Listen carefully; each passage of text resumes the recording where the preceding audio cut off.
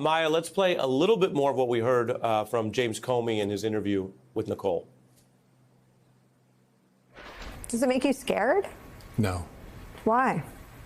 Well, it's not my first rodeo. One of the real problems we have in this country right now is the use of the president's power aiming at individuals who don't have my background or experience. That independent judiciary is alive and well and gives me great comfort.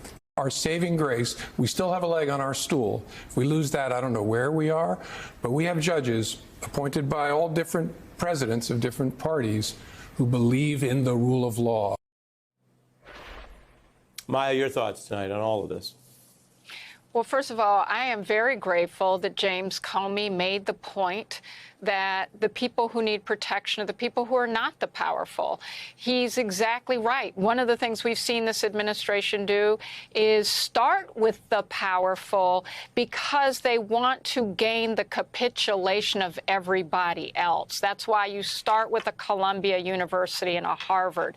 That's why you go to the big law firms first, making sure you can knock down all the others because you're getting them to be afraid. That's why we're already seeing local community-based groups being threatened with investigation for doing things like know your rights. And we've already seen in the news and already found, thankfully, more and more Americans being concerned about what it means to weaponize our immigration laws to crack down on a Remesia Öztürk, the student from Tufts who was kidnapped off the streets because of an opinion editorial she wrote about human rights for Palestinians. That is First Amendment free speech. So what this administration has done, which James Comey is dead right about, is it has used its power to first gut the government's power to be nonpartisan, to actually be a place where civil servants serve the public. But doing that is about then weaponizing it and using that power to make everybody afraid to simply participate in their country, in our decisions from who we get to vote for and how we vote to whether or not we can have opinion pieces. And it's affecting not just the big names, not just the folks that have public profiles, but already it's basically targeting people who are doing community-based work. And that is extremely dangerous for everyone. And his last point is also important, which is one of our last guardrails is the courts. But I just want to say this. Even those judges, including Trump-appointed judges, have been verbally and practically attacked by this administration. So the true guardrail is we the people, is coalitions like the Leadership Conference on Civil and Human Rights, where we won't be silent even when they're trying to make us fearful because we do have less power than the powerful. And so James Comey is right, and he's right to have said what he said about we having power, and we need to use it. Yeah. I mean, that's powerful, especially, as you say, because of the need to address it at a grassroots level and for people to understand there's another view out there. In fact, it might be what most people feel still, even in these divided times. Professor, you spoke out about this. You're at the epicenter of it now, whether Harvard likes it or not. And you co-authored a piece that says autocrats rarely entrench themselves in power through force alone. They're enabled by accommodation and inaction of those who might have resisted. Appeasement, as Churchill warned, is like feeding a crocodile and hoping to be the last one eaten.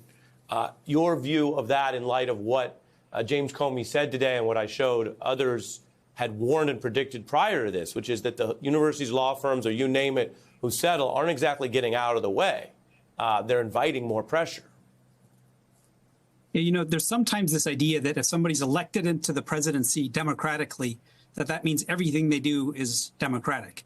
You know, presidents can, raise tax rates if they get Congress to go along with them. They can cut Medicare if they want. All that, you may not like that stuff, but that's legitimate policy differences. There's certain things that politicians can't do, political leaders can't do, and say they are committed to democracy. And among those things are, number one, trying to capture the referees of the state, the neutral referees of the state, the Justice Department, the FBI, the IRS, and using them from partisan ends. Number two, what you can't do is then go after your political opponents, your critics, those who criticize you, who are just exercising their basic civil liberties and civil rights. Number three, what you can't do is you can't try to tilt the playing field against your opposition. So go after, let's say, cutting funding or investigating, let's say, Act Blue, an organization that funds Democratic candidates.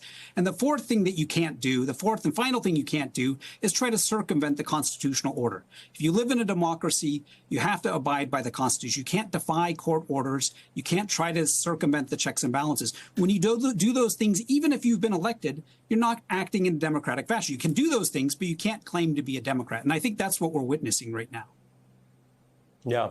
On the pressure on the news, which I mentioned, and a lot of these are companies, so there's higher level folks who are going to make decisions. I briefly want to play what John Oliver said. Take a listen to John Oliver.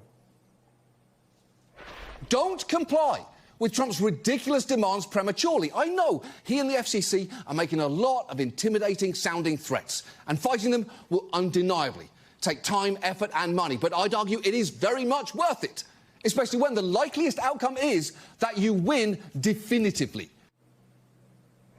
How about that, Professor?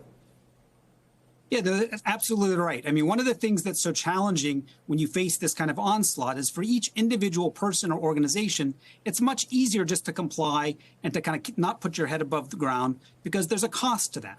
And that's a kind of test of whether or not you're living in a full democracy. Because in a full democracy, you should be able to criticize the government and not suffer a major cost. You know, Harvard has just had to pay $2 billion in effect, lost $2 billion in research funding for being critical in effect, or being perceived as an opponent of the Trump presidency. Perceived is critical, yeah. Perceived, absolutely. And so the point is you have to there's a price to be paid, and if there's a price to be paid, it's very tempting to keep your head down. And so that's why it's really critical to kind of share the cost of this, and that's why it's so important that not just single individuals get up, not just single organizations, but a broad swath of civil society, civic leaders all need to collectively speak out and to say there's certain red lines that can't be crossed, and if they're crossed, we'll condemn this, we'll criticize it.